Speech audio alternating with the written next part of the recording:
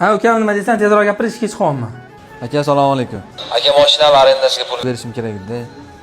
Ozgina pul berib turing. Bu ham pul so'rayapti. Mashinasini arendasiga pul kerak ekan. Adasi, pulingiz bor-ku, berasiz-da. Ertaga o'lganingizdan keyin tobutingizni ko'taradigan shu jigarlaringiz bo'ladi. Bor pulim deng, gaplashing. Ukam ishxonamga o'tgan, o'sha yerdan pul berib yuboraman senga. Aka, hali ovqatlanayotganda kinayim oldilarda yetolmadim. Uyliga kelganim ham sabab. Ozgina menga yordamingiz kerak. Pul tomonlama qiynalib qoldim. Tushunarli, ketayotganda berarman. Singlim bekorga kelmabdi, yana pul so'rab ketdi-yu. Bilasizmi? Singsini uyni ko'rsatgan odam do'zaxga ham kirmagan ekan. Qancha yaxshilik qilsangiz, shu jigarlaringizga qilasiz. Pulingiz bor-ku, berib yuboring. Menga qarang adasi. Uyda pul yo'q deb o'tirmasdan ukangizdan borib pul so'rasangiz bo'ladi-ku. Mani Seulmandan, Seul Chicken degan restoranlar ochib qo'yibdi. Siz o'tirasiz.